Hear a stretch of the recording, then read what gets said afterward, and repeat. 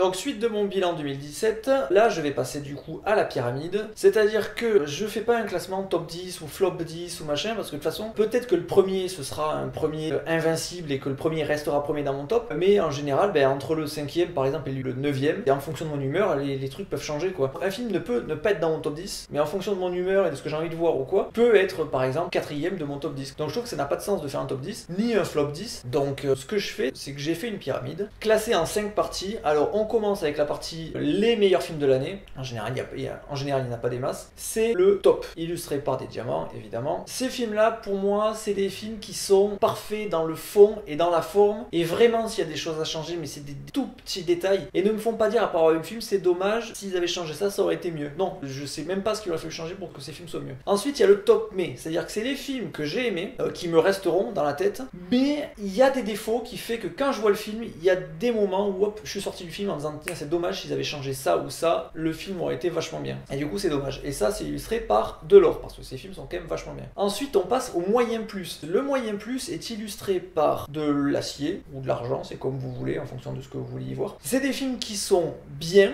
mais qui soit sont plombés par certains défauts, soit sont juste des films sympas, mais qui ne m'amènent rien en tant que personne. C'est pas des objets de réflexion, ça c'est des films sympas, c'est un divertissement, puis voilà quoi. Ensuite, on a le moyen moins, illustré par du bois, ce qui est un peu dommage parce que le bois c'est quand même une matière noble, mais bon, on va dire que c'est parce que ça coûte pas cher. Le moyen moins, c'est des simples divertissements qui, en plus de ça, ont des défauts qui font que je sors du film ou que j'aurais probablement jamais envie de les revoir. C'est dommage, ça peut être des films sympas, mais que j'ai vu une fois et puis que je m'en fous de les revoir quoi en fait. Donc c'est vraiment pas l'argent gaspillé pour la production, mais presque. Ou alors c'est des films qui me sont pas adressés, c'est pas pour moi. Donc Et ensuite il y a la dernière catégorie. J'ai juste mis des petits, pas des hiéroglyphes, mais des petits hashtags machin comme dans les BD pour dire juste que ça m'énerve. C'est du caca en bas. Alors là, je l'ai illustré par des trucs dégoulinants marron. À la base, c'était vert.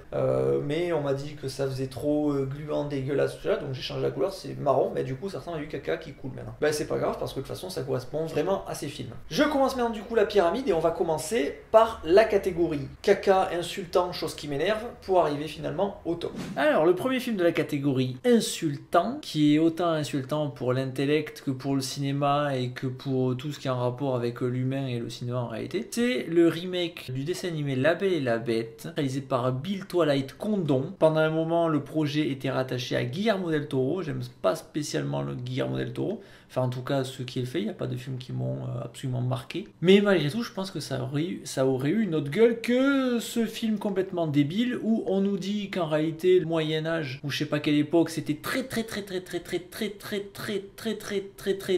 sexiste. Mais que ce n'était pas du tout raciste. Voilà. Alors je comprends pas. Ce film, c'est des costumes magnifiques, des décors réels magnifiques, des effets spéciaux complètement dégueulasses, une réalisation complètement dégueulasse, enfin bref. C'est comme si on avait pris des artisans super balèzes, qu'on leur avait fait faire un truc super bien et qu'ensuite Bill Condon et les mecs des effets spéciaux étaient arrivés dessus et avaient fait bien caca sur tout. Sans prévenir les bons artisans qui ont fait les costumes et les décors que le scénario, dans tous les cas, serait bidon. Autrement dit, les pauvres, ils ont travaillé pour rien puisque le film était voué à l'échec dès le début.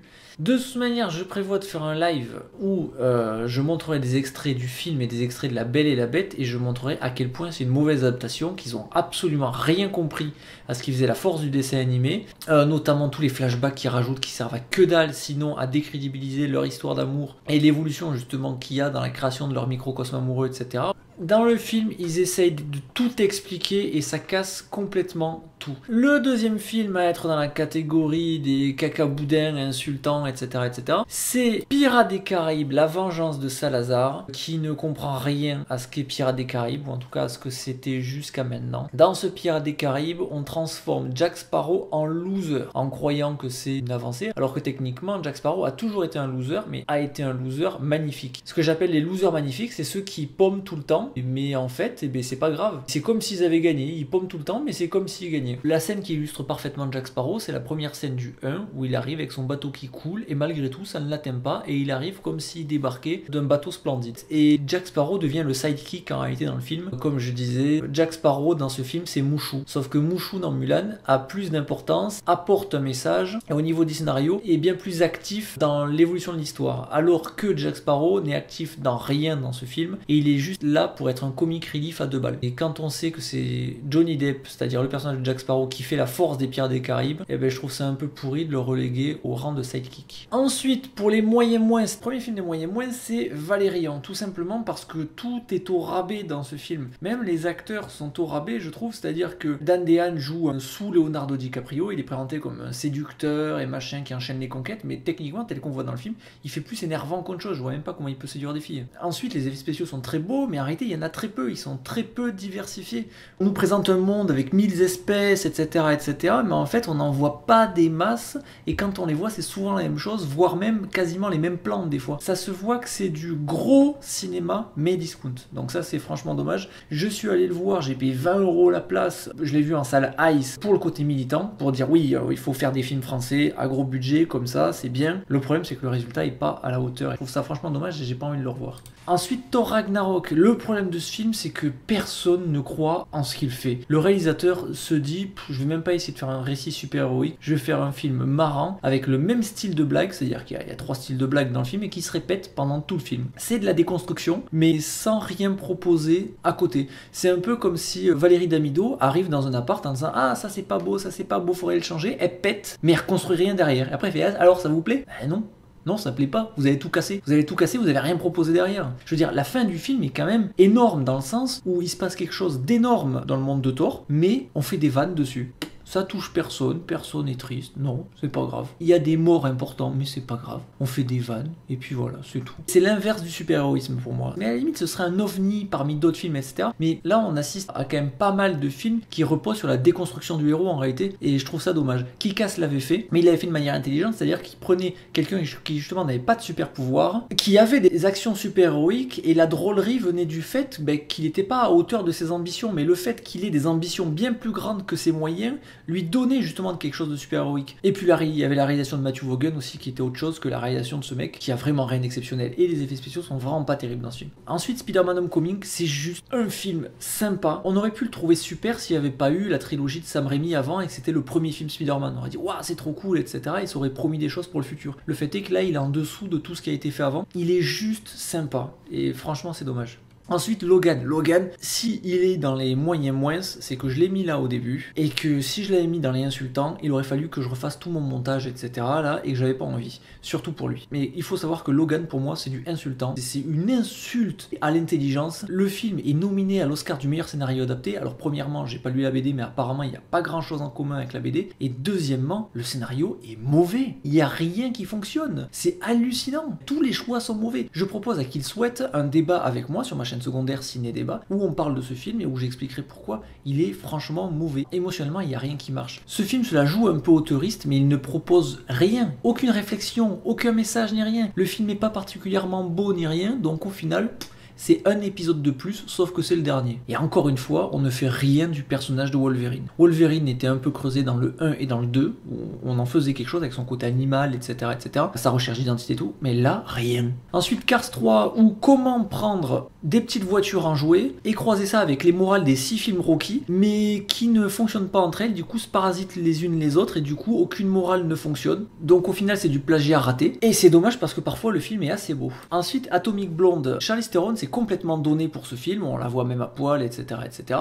Alors soit comme acteur t'es très léger, tu te montres à poil dans tous tes films, etc. Charlize Theron ne l'avait jamais fait jusque-là, il me semble, et là elle le fait pour un film qui est en réalité un petit film. Elle se donne à fond sur ce film, sur les cascades, etc., etc. Mais le film est plombé par un scénario incompréhensible, réellement. Et c'est vraiment dommage parce que pour un film comme ça, il faut pas un scénario hyper complexe, etc. Tu mets un scénario simple pour qu'on s'attache aux personnages et on creuse les personnages et tu dresses leur portrait dans les scènes d'action. Ils existent par l'action. Et ça, pour moi, ils l'ont complètement raté. Ensuite, Problemos, il y a vachement de choses intéressantes dans ce film qui sont mal exploitées et il y a beaucoup de choses pas du tout intéressantes ou plutôt insultantes pour les altermondialistes, etc. et qui, ça, par contre, est très bien exploité. C'est-à-dire qu'on sait très bien se moquer d'eux. Par contre, on sait pas trop développer les messages intelligents. C'est-à-dire, une fois que le monde est détruit, comment on le reconstruit? Qu'est-ce qui se passe quand on applique ces principes? Est-ce qu'on arrive à s'y tenir, etc. Et ça, c'est mal développé, c'est dommage. Par contre, Eric Judor est génial. Il a un potentiel comique énorme. Enfin, moi, c'est un de mes comiques préférés avec Coluche, même si je trouve que Coluche a part, mais bon, c'est une catégorie différente. Bref, j'adore Eric Judor et rien que pour ça, le film vaut le coup. Par contre, j'ai pas tellement envie de le revoir. Ensuite, Lego Batman. Lego Batman était dans mes top mais au début, mais ben, je l'ai baissé au moyen plus parce qu'en fait, le film est très bien. Le problème, c'est que plus le temps passe et moins il me reste quelque chose dans la tête. Alors, il y a toujours des vannes qui me restent, etc., que je trouve vachement bien. Mais sinon, le film manque de force au niveau émotionnel. Ensuite, Wonder Woman, il y a à boire et à manger dedans. C'est-à-dire que je trouve que c'est génial pour les petites filles qui vont grandir avec d'avoir une super héroïne comme ça, que ça paraisse normal d'avoir une super héroïne. Parce que bon, on dit toujours que Marvel est en avance de 10 ans sur DC Comics, etc. Au niveau des films, le fait est que ça fait 20 films qu'ils font, ils n'ont toujours pas fait un film sur une héroïne. Je veux bien qu'on me fasse croire que Joss Whedon c'est un mec féministe, etc. Mais bon, la Veuve Noire, elle sert à que dalle dans l'Avengers, qu'on soit d'accord. Mis à part être en tenue moulante, elle sert à que dalle. Du coup, je trouve ça très bien d'avoir fait ce film. Par contre, il y a des scènes très cucu qui marchent sur le jeune public, et à côté de ça, il y a des grosses allusions sexuelles. Je sais pas à quoi ils ont pensé en faisant le film, s'ils ont pensé aux enfants, et du coup en édulcorant la violence, etc., etc. Ou est-ce qu'ils ont pensé à rien, et du coup ils ont mis ces allusions sexuelles. Mais pour moi, le film est pas vraiment montrable à des enfants à cause de ça. Et paradoxalement, c'est un film qu'il faut montrer aux enfants, parce que c'est un film qui est intelligemment militant vis-à-vis du féminisme. C'est-à-dire que c'est pas un féminisme vindicatif contre les hommes, c'est-à-dire que Wonder Woman ne se plaint jamais « Ah, vous me dites ça parce que je suis une femme, etc. » Non, elle se comporte comme une personne. Elle se comporte pas comme une femme, elle se comporte comme une personne. Autrement dit, c'est le meilleur des féminismes, de dire « Les femmes sont des personnes. Donc les femmes agissez comme des personnes. » C'est tout. Ensuite, Kingsman 2, je trouve qu'il est vachement en dessous du 1. Le problème, c'est qu'on prend ce qui a marché dans le 1 au niveau divertissement et on le refait à l'excès dans le 2 et ça passe pas du tout. Et à côté de ça, le côté politique, c'est-à-dire de la surpopulation, etc. Le fait que les élites, de façon, trahiraient les peuples et seraient prêts à les vendre pour rester en vie. Dans le premier film, on va jusqu'à faire exploser la tronche d'Obama avec des feux d'artifice. Et dans le 2, tout ce côté politique, il y est pas vraiment. On a juste le président qui est un enfoiré, qui est génial. Moi, je me suis marré en voyant le président qui fait l'acteur et qui en douce après se marre de dire ah et ça y est, tout le monde va crever et puis on est content. Mais je trouve qu'il est beaucoup moins fort que le premier, il est beaucoup moins structuré et émotionnellement, il y a rien qui marche, je trouve, donc c'est dommage. Donc moyen plus. Mais après, visuellement, il est très joli. Ensuite, Justice League, c'est un film qui aurait pu être dans les top mais ou même dans les tops. Le problème, c'est que il y a Warner qui existe et Joss Whedon qui existe. Voilà, tout simplement. C'est-à-dire qu'il y a du très bon dans ce film et il y a du très mauvais. J'ai revu des extraits avec Superman et sa golden moustache là. C'est horrible. Pendant tout le film, quand je voyais Superman, je me disais, il y a un problème avec son nez. Son nez est étrangement gros. Et en fait, non, c'était pas le nez qui est gros, c'était la lèvre qui était juste en dessous et qui était totalement foireuse. Et maintenant que je sais qu'ils ont enlevé la moustache, je ne vois que ça dans les 2-3 extraits que j'ai re-regardé du film. Enfin bref, c'est dommage parce que Aquaman est vachement bien, Wonder Woman est vachement bien. Il n'y a rien de vindicatif, elle a une force apaisante. Elle est l'incarnation du militantisme exemplariste, je sais pas si ça se dit, mais c'est-à-dire c'est la femme qui est juste parfaite et peut servir d'exemple aux autres. Elle fait pas de remontrance aux autres, etc. Elle se contente d'être la plus parfaite possible. Elle agit en tant que personne et elle inspire. Le Flash est marrant. Cyborg, on voit qu'il y a du potentiel pour un truc après. Batman qui est foireux, mais parce qu'il y a eu des scènes retournées, etc. C'est vraiment un film malade. Ensuite, Star Wars 8. Je viens juste de parler d'un film malade. Là aussi, c'est un film un peu malade. Pas parce que je pense que la prod a été trop sur le dos de Rian Johnson, vu qu'il détruit tout ce qu'a fait J.J. Abrams, et j'en suis très content. Le problème, c'est qu'il n'a pas le temps de reproposer grand chose après. Alors, il glisse des messages que j'aime. Alors, pour Justice League et Star Wars 8, j'ai fait des débats sur la chaîne secondaire Ciné Débat. Le premier sur Justice League avec Valérien de la chaîne Cinefiles, mais par contre, sur le deuxième débat sur Star Wars 8 et en général sur la saga Star Wars, je l'ai fait avec José, une personne qui m'a juste contacté sur le Facebook de Ciné Débat pour dire qu'il voulait participer, et ensuite Monsieur Popcorn qui participe à plusieurs sites de critique cinéma, etc. Donc, bref, c'est juste une manière de dire que tout le monde peut participer. Donc, j'ai expliqué un peu mon point de vue sur le film, donc je vais pas refaire la critique maintenant. Mais je trouve que c'est un film qui est malade dans le sens où je pense que les délais de production sont trop serrés, c'est tout. Je pense que si on avait donné plus de temps à Rian Johnson, le film serait bien mieux construit et qu'en réalité c'est pas réellement un produit fini, ça c'est un produit fait dans la précipitation et puis voilà. Mais sinon le film il y a beaucoup de bonnes choses dedans, je trouve juste qu'il est plombé par un rythme parfois pas maîtrisé et du coup le film paraît un peu lent et des fois je me suis ennuyé pendant le film. Ensuite La La Land, au tout début je l'avais mis dans les tops mais et en fait plus le temps passe et moins il m'en reste et plus je m'aperçois qu'en réalité il y a deux films dans le film et que ces deux films n'arrivent pas à se connecter. C'est-à-dire qu'il y a une comédie musicale qui est moyenne, c'est-à-dire que j'aime l'idée de la comédie musicale, j'aime le fait qu'on s'affranchisse du réel pour proposer quelque chose qui est plus dans l'émotion, par exemple dans Grease ou Sweeney Todd, c'est des films que j'adore, mais La La Land je trouve que les scènes de danse fonctionnent pas vraiment, les musiques sont pas géniales et ce qui m'intéresse plus c'est les scènes de dialogue, c'est l'histoire d'amour entre Ryan Gosling et Emma Stone et malheureusement si je regarde ce film je suis obligé de me fadées, les scènes de danse que j'aime moyennement. Alors que vraiment, je suis pas contre les comédies musicales, il faut juste qu'elles soient bien faites, quoi. Et là, je trouve qu'elles sont pas terribles, ou en tout cas que les scènes de danse ne sont pas portées par les scènes non chantées et non dansées. Il y a vraiment des ruptures entre chaque, et quand les scènes de danse arrivent, ça arrive vraiment comme un cheveu sur la soupe. Et en plus de ça, c'est un film que j'ai pas envie de revoir. Je comprends pas. Le film est très bien fait, mais j'ai pas envie de le revoir.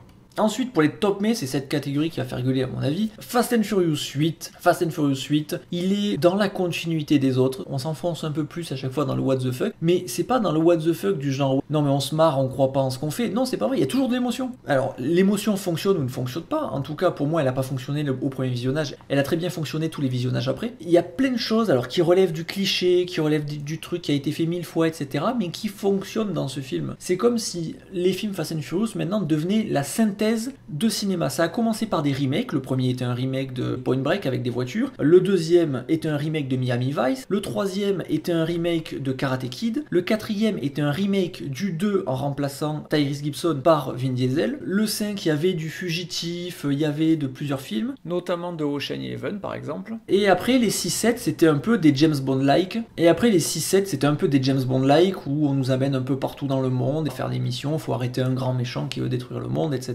etc. Et le 8, là, il se pose en tant que synthèse du cinéma d'action. Il innove pas beaucoup, mais je trouve que c'est efficace. Et que même si c'est what the fuck, tout le monde croit en ce qu'il fait dans ce film.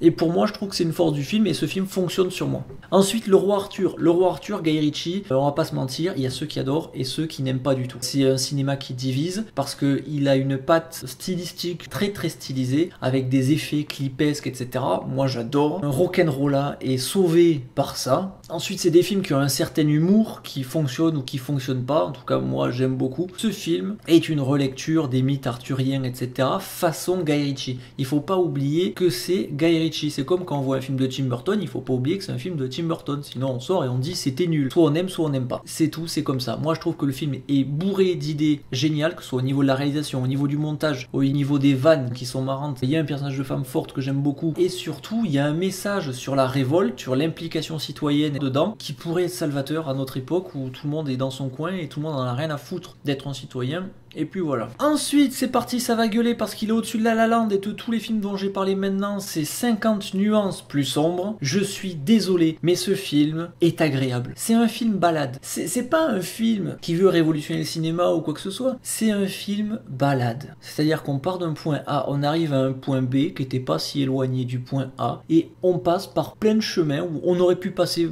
ailleurs et tout le film se ressemble un petit peu. Il y a dans ce film la création du microcosme amoureux entre les deux qu'il n'y avait pas dans le premier film, donc c'est une vraie suite. C'est pas on prend le 1 et on refait la même chose, c'est pas ça du tout. C'est vraiment comme Kick-Ass 1 et 2. Le 2 est vraiment l'évolution du premier. Le 2 n'existe pas sans le 1. Alors que par exemple on aurait pu faire Terminator 2 sans Terminator, même si le 1 donne de la force au 2. Je suis pas en train de dire que c'est un film parfait, évidemment le film a des gros problèmes au niveau du dialogue par exemple, ou des fois c'est écrit avec les fesses, mais bon. Mais vraiment c'est un film, je l'ai vu en 2 fois. J'ai regardé une première demi-heure avant d'aller me coucher. Après j'ai dû éteindre parce que je bossais le lendemain, etc. Et pendant la journée où je bossais, j'y pensais et j'avais envie de voir la suite. Aucun des films que j'ai vus là, en réalité, je me suis ennuyé pendant à peu près tous les films que j'ai vus ici. Même Fast and Furious 8, la première fois que je l'ai vu, je me suis un peu ennuyé. Et Le Roi Arthur, il y a eu 1 ou 2 moments où je trouvais que ça avançait pas trop, où je me suis ennuyé. 50 nuances plus sombres, ça raconte pas grand chose, mais je me suis pas ennuyé. Et je trouve que c'est des films qui sont très intéressants. Et c'est pas pour voir de l'érotisme, c'est évident que c'est pas dans ce film-là qu'on va voir des trucs hyper érotiques. Mais le film est vachement intéressant sur plein de points. Le premier déjà était intéressant et c'est le moins bien de la trilogie. Parce que oui, j'ai vu le 3, je suis allé le voir au cinéma en avant-première. Alors c'était complètement abracadabrantesque, je suis arrivé,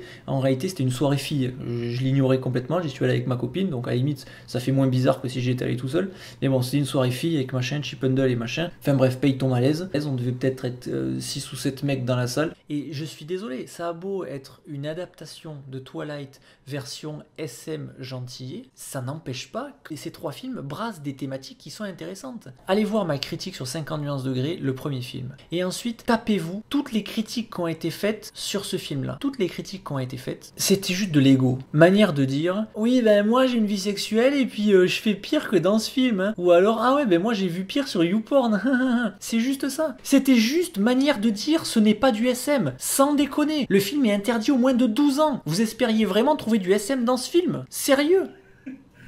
T'es tellement vénère. Mais non, mais... Non, il vient de coucher, là, c'est pas possible. Et deuxièmement, si vous avez vu le premier, que vous avez trouvé que c'était un film de pisseuse qui méritait pas votre attention, n'allez pas voir le deuxième au cinéma, arrêtez. Et après ça vient chialer que ces films-là font des entrées. Mais vous leur faites faire des entrées. On croirait le sketch de Coluche où il parle des gens qui roulent sur la route le dimanche, qui prennent la voiture, et il dit on se demande où ils vont, c'est quand là le dimanche, on se demande où ils vont. On se le demande avec Madeleine parce que nous on va chez sa mère. Alors on les voit, hein. C'est le mec qui fait partie du truc et qui s'en rend même pas compte. Arrêtez. Le web est rempli de critiques de 50 nuances degrés, 50 nuances plus sombres, 50 nuances plus claires, de gens qui n'ont pas aimé. Mais si tu n'aimes pas, tu vas pas voir les 3 films au cinéma. Il y a une espèce de mouvement. C'est même pas du troll, parce que le troll c'est rigolo. C'est juste du lynchage qu'il y a sur ces films-là. Les gens qui vont voir ça, ils vont avec une seule idée en tête, c'est bêler avec le troupeau. C'est tout.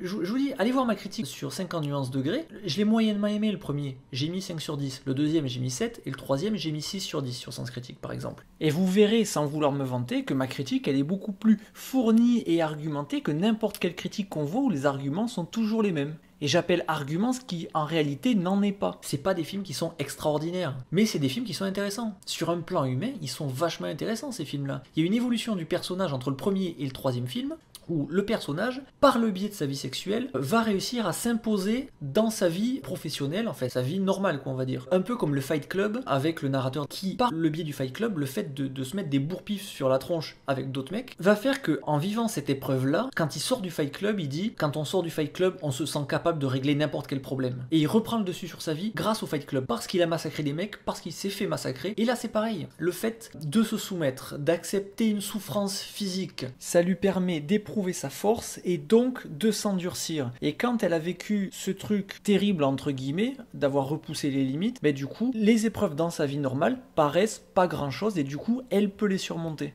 Bref, allez voir ma critique du premier film et vous verrez que j'y vois des points qui sont très intéressants et je traite de ces points intéressants plutôt que de dire ah ouais mais il y a mieux sur YouPorn quand même. Il y a même un critique que je ne nommerai pas parce que je suis un mec sympa mais qui avait 13 ans à l'époque du premier, 12 ou 13 ans, et qui a dit dans son bilan « Ce film, c'est une insulte à ceux qui pratiquent réellement le SM. T'as 12 ans, t'as même pas encore de vie sexuelle, d'où tu parles? Ça n'a pas de sens. Il faut arrêter à un moment donné. C'est pas parce que t'as vu 3 scènes et demie sur YouPorn. » Non mais c'est impossible de te calmer. Ok,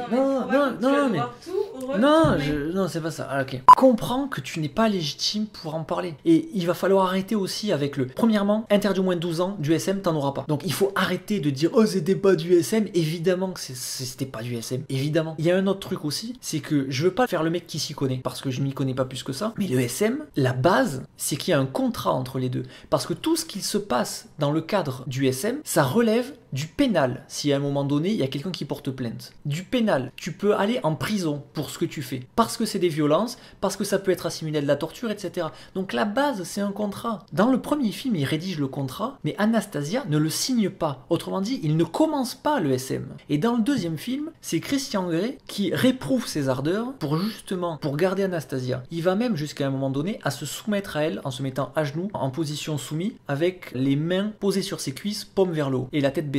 Dans ce film-là, ils trouvent leur équilibre et ils ne font pas de SM. Je répète, arrêtez d'aller voir ces films si vous ne les aimez pas. C'est pas la peine de voir des films juste pour se permettre de les lyncher après. Vous paraissez pas intelligent. Et de deux, c'est pas des films sur le SM. Et puis juste un mot de conclusion, c'est des films qui sont marrants. Enfin moi je me suis marré devant le deuxième, pas devant le premier mais devant le deuxième. Il y a un moment par exemple où il se passe un truc avec Anastasia et qui la secoue un peu, il y a Christian qui arrive en disant qu'est-ce qui s'est passé et tout, elle lui dit, et il fait nom de Dieu mais j'y vais, je vais le tuer. Et il y a Anastasia qui lui dit non, fais pas ça. Alors du coup il se calme et du coup il se tourne vers un garde du corps et il fait machin, vas-y. Autrement dit, ok, moi je vais pas le tuer parce que je te respecte Anastasia, mais par contre toi va le tuer. C'est des petits trucs qui sont marrants. Après la scène de bière qui est très symbolique avec les codes billard et machin et tout. Enfin bref, je vais pas faire une analyse ici, mais ou alors par exemple Christian Grey qui a un poster de film dans sa chambre. Alors ils auraient pu mettre un truc genre un truc violent, Orange Mécanique pour la symbolique et tout. Non, dans sa chambre de jeune il a un film de Vin Diesel. Bon ben moi ça m'a fait marrer quand j'ai vu ça. Et j'ai quand même une certaine tendresse pour ces films. Ensuite Ensuite, le premier film de l'année qui m'a fait pleurer, c'est Baby Driver. Émotionnellement, il fonctionne vraiment. C'est un film qui est assez cool. Il y a pas mal de vannes dans le film et contrairement à Thor 3, les vannes n'annulent pas l'émotion. Les vannes n'annulent pas le côté intense du film et je trouve qu'il y a beaucoup de choses qui fonctionnent. Il y a 2 couples par exemple qui fonctionnent très bien dans le film. Les scènes d'action fonctionnent. Le film n'est pas prévisible et dans la forme, il est très bien fait. Bref, Baby Driver, je pensais qu'il serait pas génial parce que j'avais pas spécialement aimé la trilogie Cornetto. Il y a plein de trucs qui m'ont fait marrer, mais je trouve que Edgar Wright plombait la trilogie Cornetto avec beaucoup trop d'effets de réalisation. Et au bout de 20 minutes, c'était fatigant. Et là, il a abandonné ça. Au niveau scénario, c'est vachement mieux écrit que la trilogie Cornetto. Donc pour moi, à partir de là, Edgar Wright, je le suivais pas jusque-là, mais maintenant je vais le suivre parce que c'est un film que j'ai vachement aimé. Ensuite, le dernier top mais, c'est Moi, Moche et Méchant 3. J'avais vu le 1 que j'avais aimé, sans trouver que c'était un chef-d'œuvre. J'ai pas vu le 2. J'ai regardé directement le 3, parce que le 3, la bande-annonce était assez marrante. Et au final, le film a un gros défaut, enfin a un défaut principal, c'est que le scénario part dans tous les sens et il n'y a pas réellement d'histoire, il n'y a pas un fil rouge avec une histoire, mais c'est un amas d'idées et dedans il y a d'excellentes trouvailles d'humour. Quand on regarde un film, quand on remet en arrière les scènes pour revoir la scène parce qu'elle nous a fait marrer ou bien qu'à la fin du film on remet les scènes qu'on a aimées, c'est que le film a fonctionné. Et c'est ce qui s'est passé avec moi pour Moi, Moche et Méchant 3, où à la fin on a remis les scènes, etc. et on s'est marré. Il y a des pures trouvailles d'humour que j'avais vu nulle part ailleurs, et pour ça, il mérite le top mais c'est pas un chef-d'œuvre. C'est pour ça qu'il y a un top mais et pas un top. Et maintenant, on passe aux 2 films qui sont dans mon top de cette année, c'est-à-dire que c'est les films à retenir. Le premier, il est à retenir et pas pour rien, c'est Terminator 2 3D. Parce que oui, il est ressorti au cinéma pour une seule séance, donc je le compte dans cette année. Et ce qui est marrant, c'est que c'est un film qui est sorti en 1991 et amusez-vous à le comparer à tous les films qui sont sortis cette année. J'ai entendu plusieurs fois dire 2017, c'est un excellent cru du cinéma. Vous êtes sérieux les gars? Franchement, vous prenez Terminator 2 qui est sorti en 91, il bat à peu près tous les films qui sont sortis cette année, sur tous les points. Alors je veux bien que Terminator 2 est un chef-d'œuvre et qu'il est vachement bien et tout, n'empêche qu'à la base c'est un film de divertissement, donc c'est qu'à un moment donné il y a un problème, et il n'y a pas de films qui m'ont transcendé vraiment cette année, sauf celui qui arrive, donc pour moi je trouve que l'année 2017 n'est pas une super année cinéma. Il y a eu beaucoup de déceptions, il y a eu des bonnes surprises, comme Le Roi Arthur ou 50 nuances plus sombres, ou Baby Driver, mais sinon des films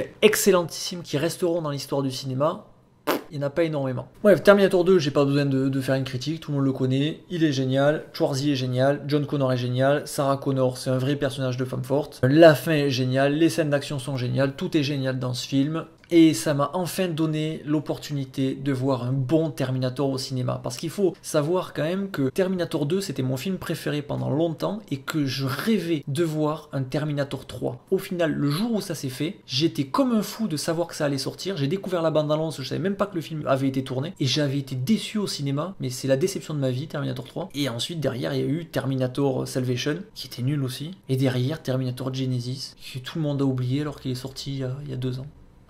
Plus ou moins nul que le 3 et le 4. Ah, Genesis, c'est nul! Il est plus nul ou moins Ah, il vaut nul que dalle, il vaut que dalle! Nul! Tu préfères te remater Genesis ou le 3? Je préfère regarder le 3 en bouffant du piment que regarder Genesis. Je préfère aller courir 10 bornes à pied là plutôt que revoir Terminator Genesis tellement qu'il est mauvais. Enfin bref, ça m'a fait plaisir et en plus la 3D était bonne donc un film de 1991 est dans le top de 2017. Ça dit ce que ça dit. Et enfin, le film qui pour moi est le meilleur film de l'année, même si paradoxalement j'ai pas envie de le revoir, c'est Mother. C'est une pure expérience humaine. C'est un film qui parle de l'humain, qui parle de l'histoire mythologique de l'humain. Je dis mythologique par rapport au fait que ce soit l'histoire biblique de l'humain. On part d'Adam et Ève, on arrive à l'époque contemporaine, aujourd'hui. L'Anthropocène, on appelle ça. On est rentré dans une nouvelle ère qui s'appelle l'Anthropocène parce que c'est l'ère où l'homme domine le monde et modifie le monde, et pour ne pas dire détruit le monde. Qu'on voit ou pas le fond biblique, le jugement de l'humanité, etc., qu'on le voit ou pas, le film prend aux tripes. J'ai pas 36 choses à dire sur ce film. Enfin si, j'ai 36 choses à dire, mais il faudrait une critique entière et je vais pas la faire maintenant. Le seul truc que je vais vous dire, c'est si vous l'avez pas vu, regardez-le. C'est très important, regardez-le dans de bonnes conditions. Ne regardez pas de screener de qualité dégueulasse ou des trucs avec des sous-titres chinois ou n'importe quoi. Regardez-le en bonne qualité, sur une bonne télé. Vous vous mettez dans le noir et vous ne parlez pas. Vous éteignez les téléphones, vous éteignez tout. Aucune distraction et vous soyez concentré uniquement sur le film. Et vraiment, normalement, vous allez vivre une expérience. Vraiment. Et si vous le regardez à plusieurs, forcez-vous à ne pas parler. Des fois, on peut parler pour se rassurer en disant oh mais il va quand même pas faire ça, oulala, ou alors de dire ah je suis sûr qu'il va faire ça. Dans un film un peu de tension, etc., le fait de parler et de faire le petit malin à dire ah il va arriver ça, c'est surtout un moyen de sortir émotionnellement du film pour justement ne pas avoir peur. Donc forcez-vous à ne pas parler et normalement, comme je dis, vous allez vivre une expérience humaine devant ce film. Comme je l'avais dit une fois, personne n'est le héros de ce film, vraiment c'est très particulier. Donc voilà, dites-moi si vous êtes d'accord avec moi, avec quoi vous êtes d'accord, avec quoi vous n'êtes pas d'accord. Et je le répète, si vous n'êtes pas d'accord, que vous pensez que je m'acharne sur un film, que je suis trop méchant ou alors que j'encense un film qui ne le mérite pas, j'ai fait une chaîne secondaire qui s'appelle Ciné Débat. C'est une chaîne qui est ouverte à tous. Pas besoin de faire des vidéos sur YouTube ou quoi pour participer. Si vous pensez, je pense notamment à 50 nuances degrés, que c'est des films infâmes, de la bouse en barre, etc., vous me contactez. On fait un débat et on en parle. Alors moi je vais expliquer pourquoi, alors c'est pas des chefs-d'œuvre, mais je vais expliquer pourquoi je trouve que c'est des films intéressants, je vais dire ce qu'il y a d'intéressant dans le film. Ça permet de traiter le sujet, de se parler, comme ça on se stimule mutuellement pour aller au fond du sujet, etc. etc. Donc n'hésitez pas, si vous voulez débattre avec moi de Logan, de 50 nuances degrés, qu'est-ce que j'avais dit d'autre dans la vidéo, je sais plus, contactez-moi et j'organise ça et on se fait ce débat. Maintenant on va passer au Final Awards 2017 où je vais attribuer des récompenses. Le lien devrait apparaître dans 5 secondes là. Et encore une fois, pour ceux qui n'ont pas envie de le voir et que ça n'intéresse pas, à plus.